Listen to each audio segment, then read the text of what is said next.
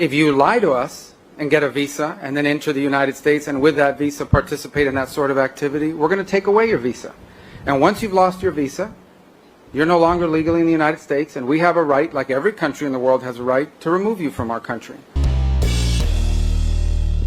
How's everybody doing? My name is Anthony Brian Logan, and today we got to talk about our brand new Secretary of State, Marco Rubio, destroying critics of the practice of activist deportation. Now, there's been about 300 of these since Trump came into office in January of this year, 2025. Now, the specific case Rubio was referring to in his talk, which we'll get to in a minute, was that of Rubio Ozturk. If I pronounced that wrong, please forgive me, but she was going to Tufts University studying for a PhD in child study and human development. Now, what she did, from what I'm reading, is she wrote an op-ed that was pro-Palestine. I don't know if she was boots on the ground in these so-called pro-Palestine protests, which become riots. In my humble opinion, a lot of these protests are the equivalent to Black Lives Matter and Antifa riot. It's the same kind of people for the same kind of purpose. You're engaging in political violence to be able to have an end met. Okay, you want something, you're not able to get it the normal way, so you go out there, tear stuff up, and some people may acquiesce to your demands and give in that way. Either way it goes, she got deported. People are like, oh, that's a violation of her free speech. Look, I'm no rocket scientist. I'm not the big brain genius. But as far as I know, freedom of speech just means you can't get locked up for unpopular opinion. Ain't nobody locking her up. We're just revoking the visa. Why would any country give you a visa if they know you're going to come over here and be a subversive person? If you're going to come over here and do things that are against your host country, it doesn't make any sense. Now, before I go any further, let's get to a few things first. Let's take a peek at an article, then we're going to get to some videos. Of course, everything will be in a description. So you see what it says right here. Tough student from Turkey detained by masked officers. And then the subhead, the widely circulated video of Turkish doctoral student Rubio Ozturk's arrest in the Boston area has sent shockwaves through the academic community. All right. So that's her right there in the bottom left-hand corner, getting arrested by plainclothes officers. Let's check out this video right here from the Boston Globe to see a little bit more of that video and also hear some more details. And of course, this video and everything else will be in the description box. If you're on IG, Facebook, etc., visit the link in the bio, go to the corresponding article on the website. But without further ado, let's go ahead and roll it. On Tuesday, federal immigration authorities detained Tufts PhD student Rubio Ozturk, who is a Turkish national here on a valid visa, according to an attorney, and took her into ICE custody. Well, to be clear, the visa was revoked. So it was, keyword was valid, but it is no longer valid.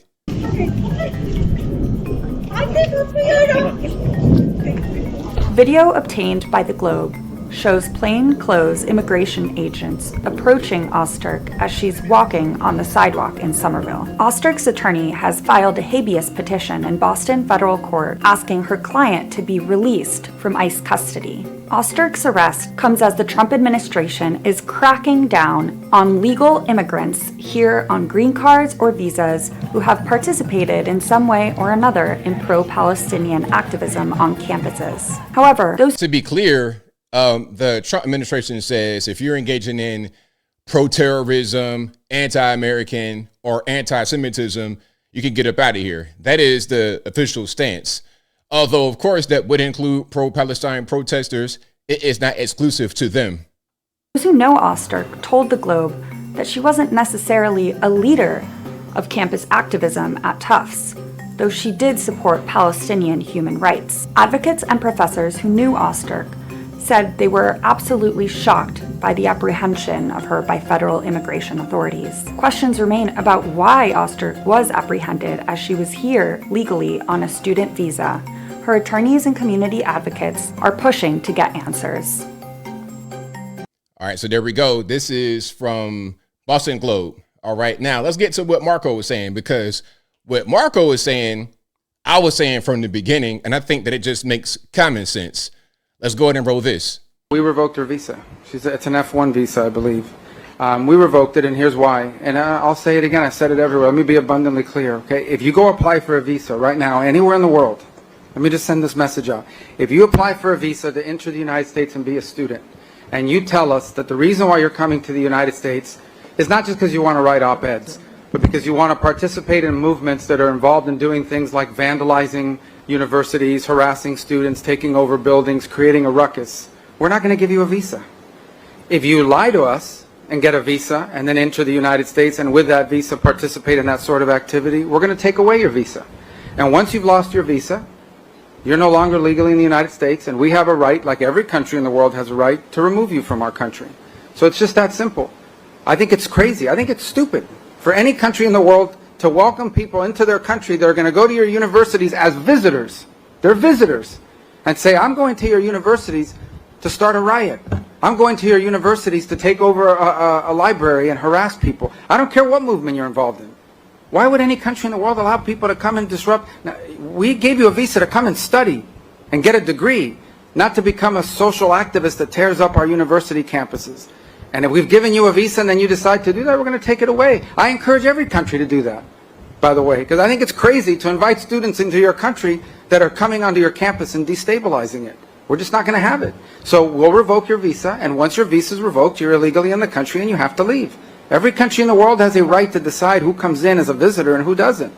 If you invite me into your home because you say, I want to come to your house for dinner, and I go to your house and I start putting mud on your couch and spray painting your kitchen, I bet you're going to kick me out. Well, we're going to do the same thing if you come into the United States as a visitor and create a ruckus for us. We don't want it. We don't want it in our country. Go back and do it in your country. But you're not going to do it in our country. Hey, Marco, alone.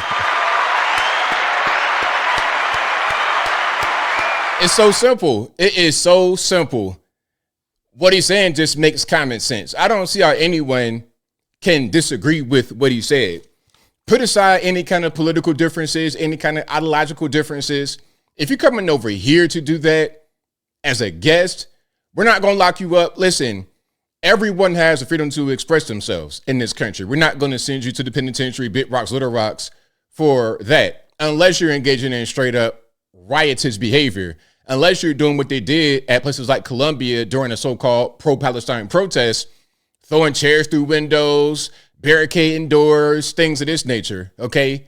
Keeping hostages, stuff like that, that's different. But just being a protest, especially in freedom of speech, we're not going to lock you up for that. But see, what you do when you engage in that kind of activity, the protests and whatnot, you engage in destabilizing places.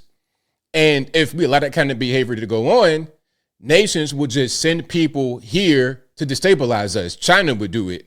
And China has already done it. They've sent spies over here. Fang Fang with Eric Swalwell, remember that? Listen, when Eric Swalwell, a U.S. House Rep, Senator, I think he's a House Rep. Eric Swalwell was in the city council of Dublin, California, in the Bay Area, and that's when Fang Fang got him, because she was targeting up-and-coming politicians. They saw his trajectory. They knew he was going to D.C. They got to him early. Why?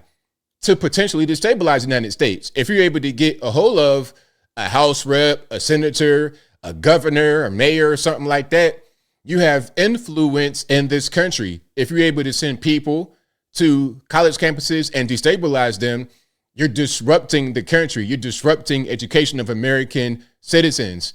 Okay? You are harming the country by sending these dangerous people. Any country in the world would not allow you to be in their country if you're going to do stuff like that. Just like Marco said, if you are applying to come into the country, you're applying for a visa, and on that application, you say, you know what I'm going to do when I get to the United States?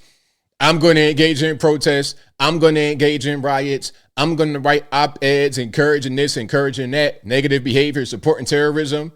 They're going to deny you.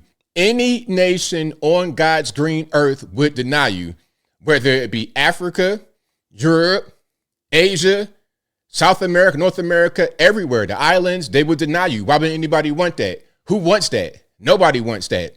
We're not saying you don't have your freedom of speech, but if we're going to allow you to be here as a guest, you can't just be doing whatever you want to do. And if you want to do that, then don't come here. We have enough problems here that we don't need to import more problems, okay?